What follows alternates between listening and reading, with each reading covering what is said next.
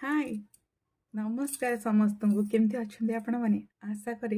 ये डिसेम्बर मास बाहागर सीजन रे पूरा बिंदास थे और ये डिसेम्बर बाहागर सीजन माने स्किन तो ग्लोइंग निश्चित दरकार जदि स्किन ग्लोइंग ना हो तो बहुत खराब ही लगे तो बाहागर सीजन पे स्किन ग्लोइंग निहाती दरकार तो चलो स्किन को आम केमती ग्लोइंग करवा कौन दरकार स्किन ग्लोइंग पे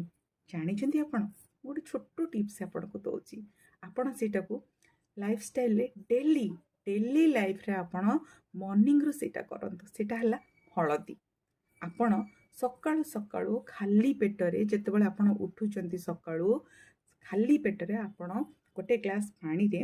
अधे चामच गुंड हळदी किंबा बटा हळदी को आपण मिसेई डेली आपण पियंतु सकाळ 6 रु 6:30 भितर किंबा ब्रह्म मुहूर्त जदि आपण उठुचंत तो बहुत बेटर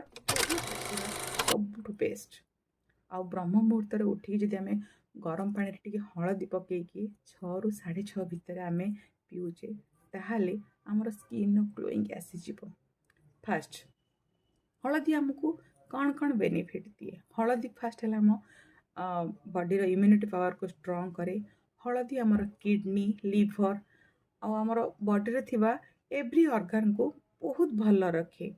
तो सेकेंड थिंग गला थर्ड थिंग है हलदी रे एंटी ऑक्सीडेंट अच्छी से रोग प्रतिरोध शक्ति को सी बढ़ई थाए हलदी तो बहुत सारा बेनिफिट अच्छी। तो मोर छोट छोट टिप्स मानतु पुणी देखा नेक्स्ट गोटे शॉर्ट।